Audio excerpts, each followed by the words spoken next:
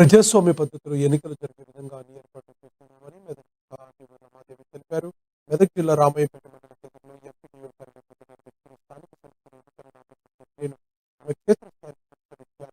రెండో విడత నామినేషన్ ప్రక్రియ నిర్వహిస్తున్నామని, ఎన్నికల నిబంధనల మేరకు అభ్యర్థులు సహకరించాలని సూచించారు. అభ్యర్థులకు ఎలాంటి ఇబ్బందులు కలగకుండా అన్ని ఏర్పాట్లు చేస్తున్నామని ఎంపీడీఓ కార్యాలయం వద్ద ప్రత్యేక పవర్ కమిషనర్ను ఏర్పాటు చేసి నామినేషన్లు స్వీకరిస్తున్నారని తెలిపారు. అభ్యర్థులకు హెల్ప్ డెస్క్ ద్వారా సహాయం అందించేందుకు సిబ్బంది కృషి చేస్తున్నారని ఆమె తెలిపారు.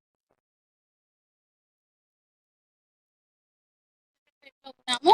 నిజాంపేట్, రామాయంపేట్, శంకరంపేట్ ఆర్ మరియు మెదక్ మండలాలలో సెకండ్ ఫేజ్ ఎలక్షన్స్ గ్రామ పంచాయతీ ఎన్నికలు జరుగుతున్నాయి. అందుకని ఈ రోజు నుంచి నామినేషన్ల స్వీకరణ కార్యక్రమం మొదలైంది. ఇక్కడ మనకు help desk Ramayampet MPDO office లో 4 క్లాసెస్ కి సంబంధించిన కౌంటర్స్ ఉన్నాయి. అందులో ఆర్ఓ, ఏఆర్ఓ పొజిషన్ ఉన్నారు. ఇంకా మనకు హెల్ప్ డెస్క్ అనేది బయట ఏర్పాటు చేయడం జరిగింది. పోటీ చేయని అభ్యర్థులు నామినేషన్ పత్రాలు తీసుకొని వెరిఫికేషన్ చేసుకొని కరెక్ట్ గా ఫిల్ చేసుకొని రావడానికి వారు కొద్దిగా గైడ్ చేయడానికి కూడా సిద్ధంగా ఉన్నారు. ఇంకా అభ్యర్థులను కోరేది ఏంటంటే కొత్త బ్యాంక్ అకౌంట్ తప్పనిసరిగా ఓపెన్ చేయాలి. తర్వాత caste certificate, reservation candidates caste certificate తప్పనిసరిగా జమ చేయాల్సి ఉంటుంది.